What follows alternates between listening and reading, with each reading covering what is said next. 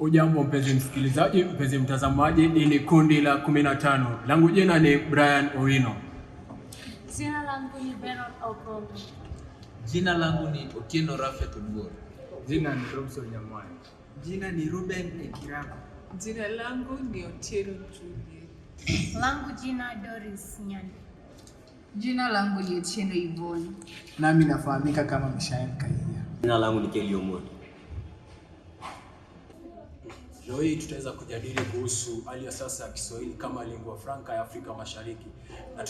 Na kwa majadiliano yetu tutakuwa na ufanisi na udhaifu. Basi tutaanza na ufanisi pamoja hadi kwenye majadiliano.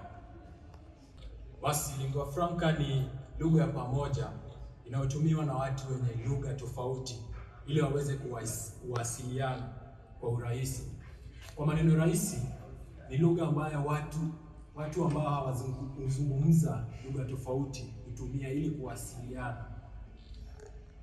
Tunapoangazia katika ufanisi wa Kiswahili kama lingua franca, tunaweza sema kuwa Kiswahili kinazungumzwa na watu wengi. Hivyo basi tunaweza kuiweka kama lugha ya lingua franca. Tunaposema kuwa Kiswahili kinazungumzwa na watu wengi, si Kenya tu, ila tunapata katika nchi kama zile Tanzania, watu wanatumia Kiswahili. Hata imefanywa kama lugha ya kwanza. Na tukiangazia huku ama hapa Kenya, tunapata kuwa Kiswahili kimeangaziwa kuwa lugha ya pili.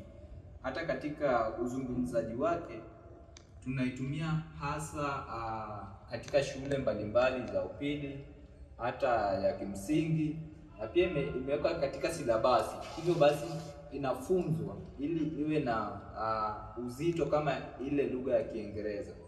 Tunaposema kuwa pia katika watu wengi wanapoitumia, inaleta pia hali ya umoja. Watu wanapotoka nchi ama sehemu mbalimbali, tunapata kuwa Kiswahili kinaleta ile utangamano wanapokuja pamoja. Hivyo basi mambo ambayo wanafanya inakuwa yale mazuri kwa kuwa wanatumia lugha ya Kiswahili. Ningependa yeyote ambaye pia kuhusiana na hiyo Kiswahili kuwa kutumiwa na watu wengi, mtu anaweza changia hii. Kiswahili kikiwa kimerasimishwa kama lugha katika vyama tofauti katika hii dunia kama UNESCO na vyama vingine, Kiswahili kimekuwa lugha ya kwanza kupewa hadhi hiyo katika Afrika kwa nambari ya 7 katika lugha nzuri hapa katika hizo vyama.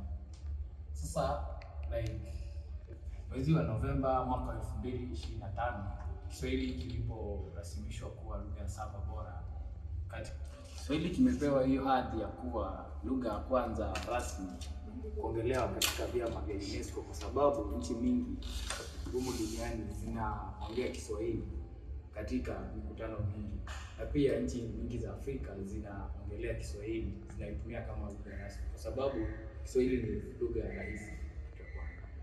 Pia imepewa hiyo hadhi kwa sababu nchi mingi zinaongea. Ninapojenga hiyo hoja ambayo mwenzetu Robinson amesema, tunaona kama tuchukue kwa mfano UNESCO ama WHO, wale ambao wanaangazia mambo na afya. Kuna nchi ambazo hawafahamu lugha nyingine isiwepo ya Kiswahili. Hivyo basi inawalazimu kuwa wakifahamu hicho lugha ili iwe lugha ambayo wanaweza kutawanya ama kugawa vitu kama zile dawa katika hospitali ama katika nyanja mbalimbali, ili kuleta ile kile ambacho nimesema ya kwanza, ile ya utangamano. Hivyo basi tunaweza kuipa kipaumbele iwe kama lugha ambacho kinatumiwa na chama nyingi humu nchini Kenya na hata pia katika nchi za nje. Na Kiswahili kama limetumika kama lingua franca katika nchi mbalimbali za Afrika Mashariki. Kwa mfano, Kiswahili imeweza kuunganisha makabila mbalimbali. Hasa nchi za Afrika Mashariki kuna makabila zaidi ya 100. Kuna Wanyamwezi, Wasukuma, kuna Wabantu na kabila mbalimbali. So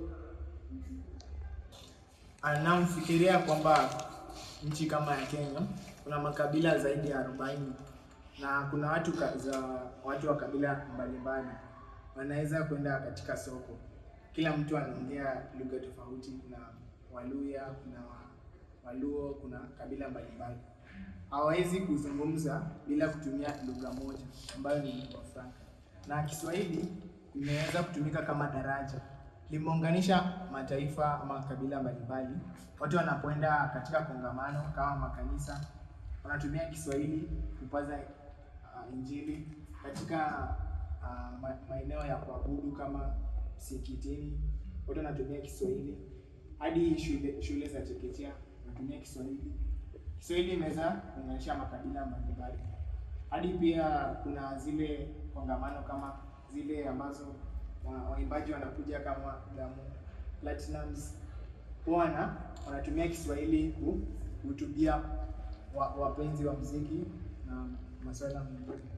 Na hata pia kuhusiana na hilo pia amesema huku Kenya, tukiangazia hapa Kenya hivi vilivyo, tunapata kuwa si makabila tu, tunapata kuwa kuna makabila kama Wajaluo, Waluya, kuna wamechukua kile Kiswahili kuwa kama lugha yao. Tukiangazia kama ulisema Wanyamwezi, wanatumia Kiswahili hicho iwe kama lugha ambayo wanatumia katika mawasiliano. Hivyo basi pia mimi naweza ungana pamoja na dunia anaposema kuwa Kiswahili imetumika na watu na makabila tofauti, inakuwa ni jambo la busara na tena ni ukweli. Asante. Kuongezea hoja ya Misha, Kiswahili kimefanya kuwa tukue na ndoa za mseto. Yaani watu wanaweza oana, watu wa makabila tofauti wanaweza oana. Na pia imerahisisha watu kupata nafasi za kazi katika nchi zingine ambazo ziko katika Jumuiya ya Afrika Mashariki. Hivi ni vizuri sana anavyosema mwenzetu Juliet. Swali inayojia pengine ni kuwa hawa familia wanapoungana, unajua wanapata kuzalisha, wanakuwa na watoto pale.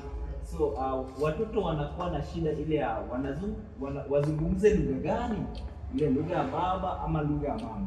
Na hivyo Kiswahili kikiwa nguzo na kikiwa kimepewa kipaumbele katika hadi ndoa, unapata kuwa familia inajengwa katika hadi watoto wale wanajengwa katika hali ile nzuri ya lugha, kwa kuwa wanakuwa na lugha moja imara. Hata Kiswahili sasa kwa mfano wale wanaotoka kule Mombasa, watoto unaweza kuwa hawafahamu Kiswahili, hawafahamu Kiingereza, ila Kiswahili nao wanakifahamu, kwa kuwa hiyo ndoa, wale ambao walikuja kufanya biashara huko Mombasa, unapata watu tofauti wanapata kuungana, alafu wanakuwa kitu moja kama familia. Hivyo basi hiyo hoja inakuwa na uzito tunaposema kuwa Kiswahili kimeleta makabila kuoana. Kama mwenzetu hata ambaye anaweza kuwa na swali ama jambo pia anaweza changia hapo. Pia tukiangalia Kiswahili kimefanya watu wapate kazi katika miji mikubwa, kwa sababu ukiangalia ndio upate kazi mahali lazima Kiswahili kijue vizuri. Kwa sababu ukienda huko ofisini lazima uzungumze na mkubwa wako vizuri ndio mwelewani. Juu usipoongea hiyo ataona ni kama hamuelewani kwa matamshi kabisa. Sasa lazima uongee lugha yenyewe mnaelewana wote ndio wapate kuelewana akupe kazi. Hiyo ni hoja nzuri. Kile unasemaje kuhusiana na familia kuletwa pamoja kama Kiswahili kimekuwa kipaumbele ya kwanza? Hoja yangu ni kuwa Kiswahili, unaposema Kiswahili imeunganisha makabila. Tukiangalia hapa katika chuo kikuu cha Rongo, wanafunzi wametoka sehemu mbalimbali za nchi, hata ya Afrika Mashariki, lakini Kiswahili tunatumia ili tuwe na amani. Tunaunganisha tuwe pamoja, tuwe na amani, tukose vita.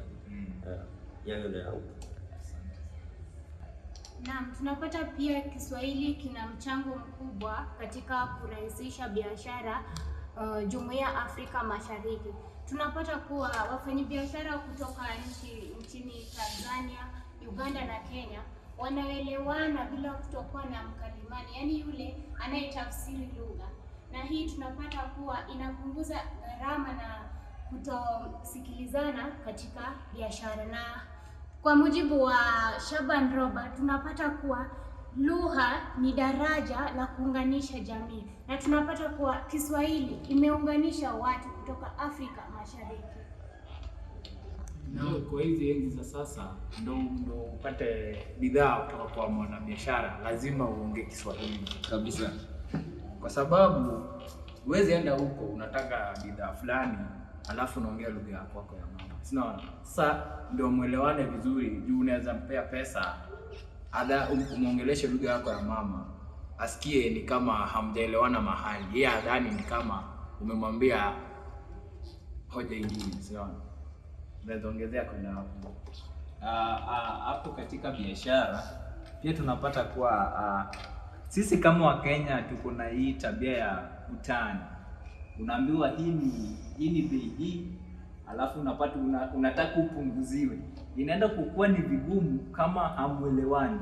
Hata kama tunaweza kuwa na mkalimani anaweza kusema kile ambacho mwenye lugha ama mwenye biashara hajasema, anaweza sema kile tofauti. Hivyo basi inakuwa ni changamoto. Kiswahili kama imeeneza mambo na kununua na uuzaji, hivyo basi ni lugha ya tunaweza iweka kama lugha ya tunaweza sema kama lingua franca, kwa kuwa imewezesha biashara imekuwa rahisi.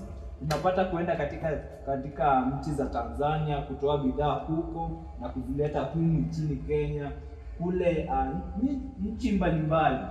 Hivyo basi katika biashara Kiswahili kimeenea sana. Yote pia angeongezea. Naongezea ambacho wenzangu wamesema, Doris na Rafik, ni kwamba Kiswahili imeweza kusaidia mataifa kama nchini Uganda na nchini kama Kongo ambazo zipo mbali na bara hili.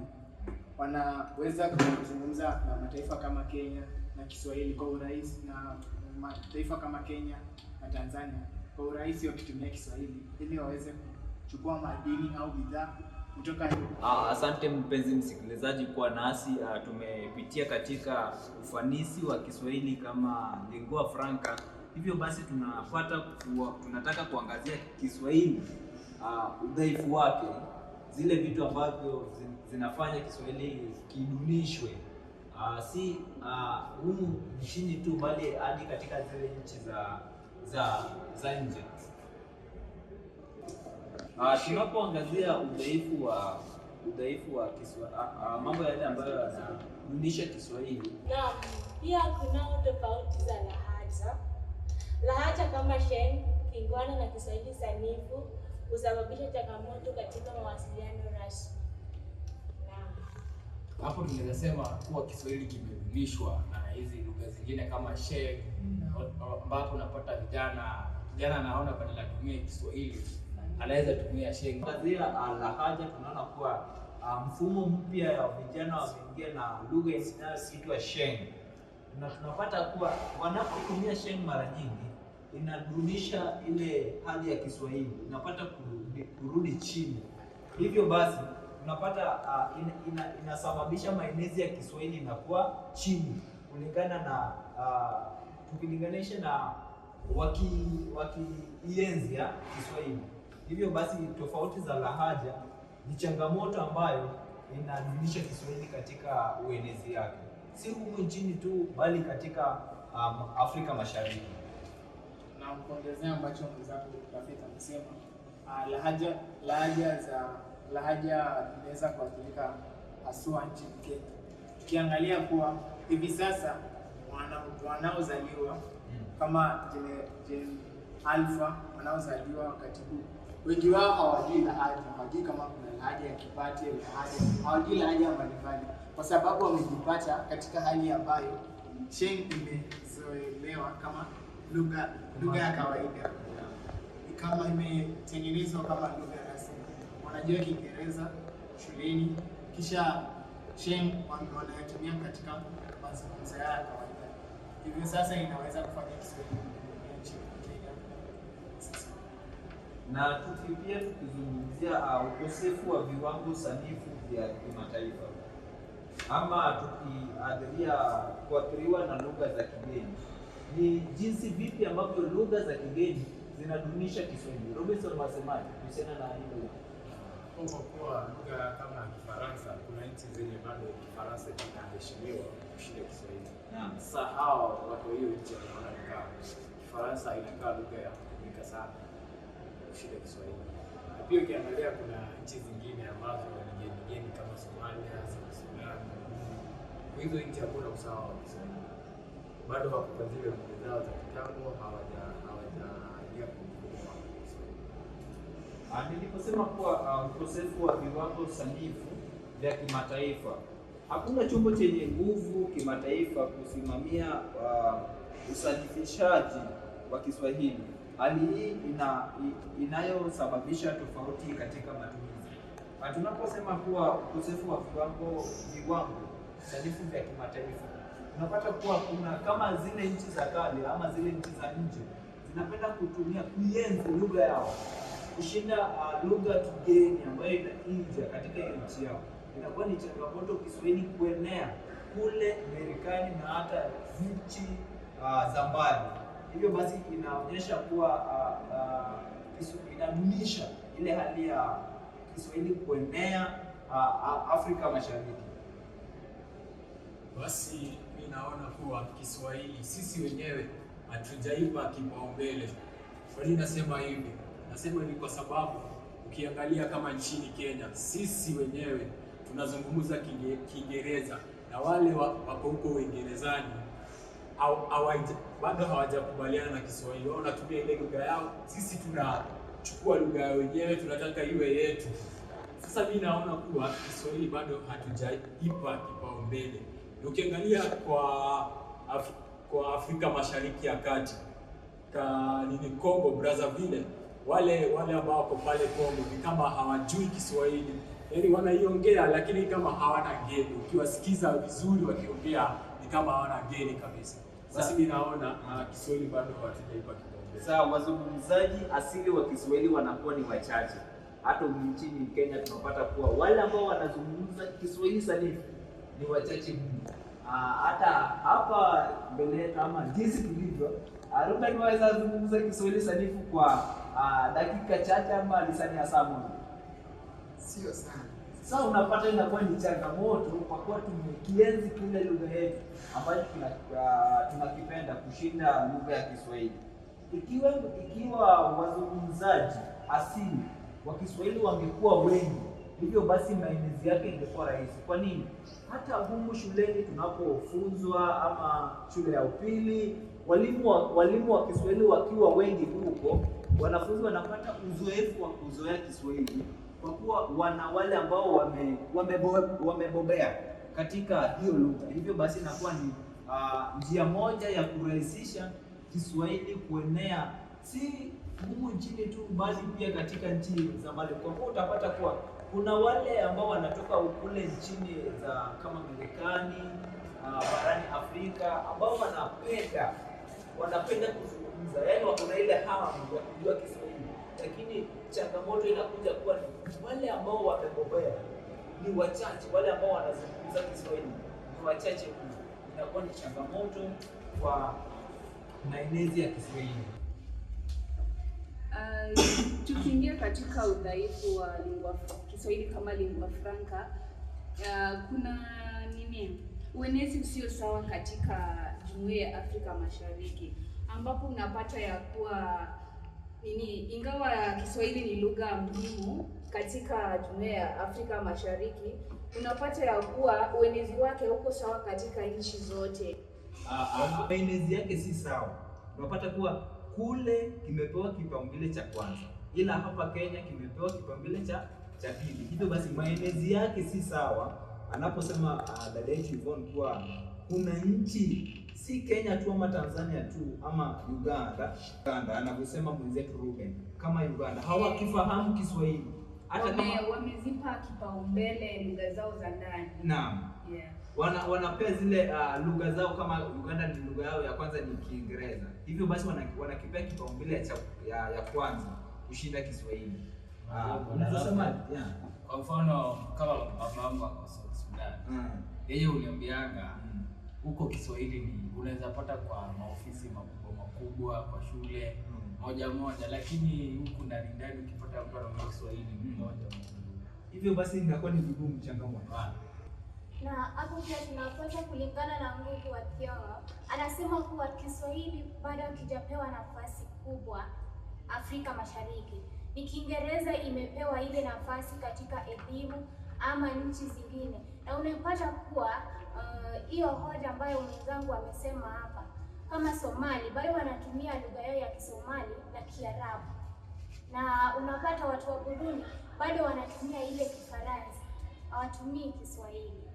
Abraham, unaweza semaje kuhusiana na hilo hoja? Basi ukiangalia humo nchini Kenya mahali tumo, Kiswahili kimenajisiwa kabisa. Nikisema kunajisiwa namaanisha kuwa Kiswahili kimeingizwa, yani lugha nyingine tuseme kama Kikuyu na Kiswahili inatuletea lugha nyingine ambayo ni sheng, ambayo vijana barubaru almaarufu Gen Z hupenda kutumia kabisa. Kwa hivyo tunapata hii Kiswahili ambayo tunaongea huku ni tofauti sana na nchi zingine. Mimi huwa nashangaza na kitu moja. Kule Tanzania wanasema kuwa kila kitu kinaendeshwa kutumia lugha ya Kiswahili. Swali inakuja kuwa wanapofunza walimu wanapofunza hisabati, kemia, biolojia, sayansi, zile sayansi wanatumia lugha ya Kiswahili na inakuaje? Hilo swala mpaka leo linanishangaza. Sijipata. Sasa mimi wacha niwajibu. Kuna rafiki yangu mpendwa yupo katika nchi ya Tanzania. Yeye kwa maarifa aliyonipa mimi aliniambia kuwa watu wale wako na hawana ile ni masuala ya teknolojia. Kompyuta hawaelewi mambo ya kompyuta kabisa. Hawajui. Sawa, wanaishi hawajui mambo ya kompyuta kabisa. Juu kompyuta sisi wote tunajua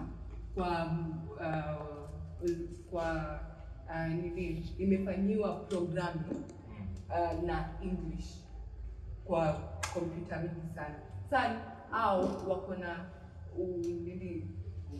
ugumu sana kuelewa mambo ya kompyuta na mambo ya teknolojia. Sasa hawafunzwi mambo hayo. Unaweza kupata mtu ni mkubwa kaa sisi hivi na hadi ajui mambo. Kuna programu kama Wikipedia ambazo zinafunza Kiswahili. Hilo unanieleza. Sasa mimi nasema kwa maarifa aliyonipa mimi yeye, aliniambia watu hao hawana ujuzi ya mambo ya kompyuta. Hivyo basi naweza sema kuwa tarakilishi, wanasayansi wanafaa waje na mfumo mpya ile ambayo Kiswahili pia inatumika, kwa kuwa hadi kwa rununu zetu tunapata kuwa kuna sehemu ambayo ukiendea unapata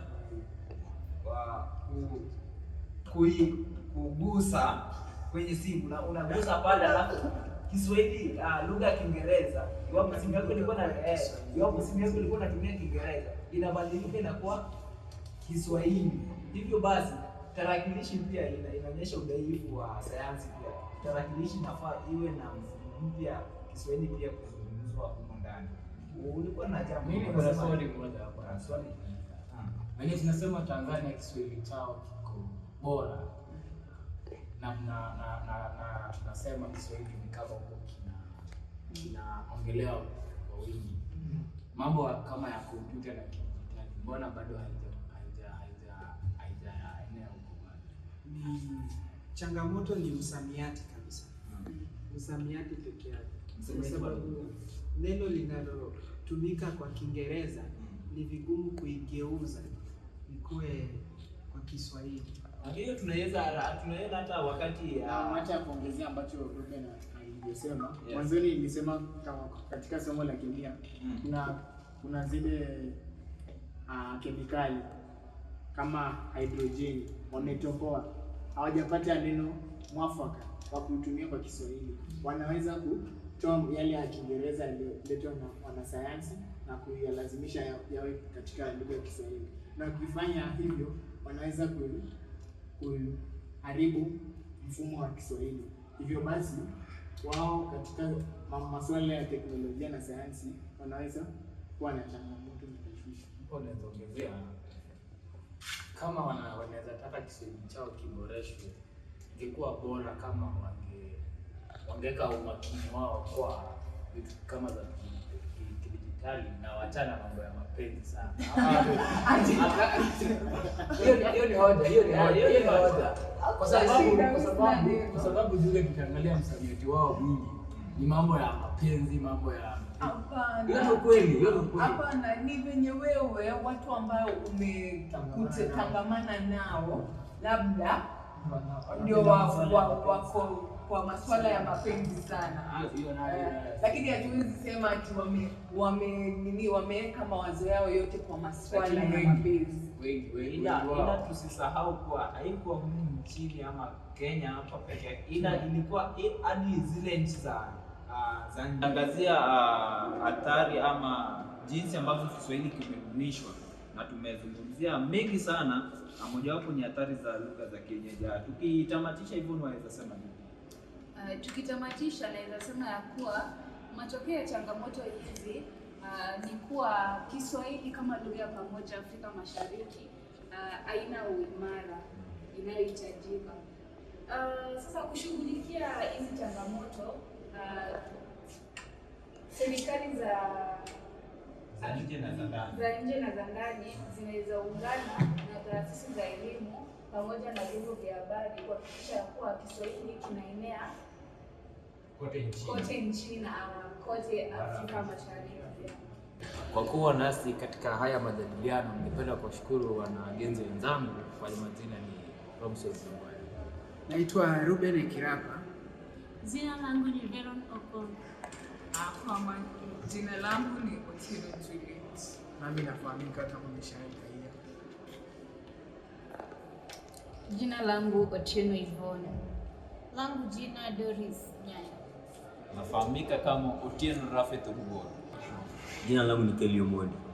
Basi mpenzi msikilizaji, umekuwa nasi kundi la 15 na imekuwa ni mjadala wa kata na shoka, mjadala wa aina yake.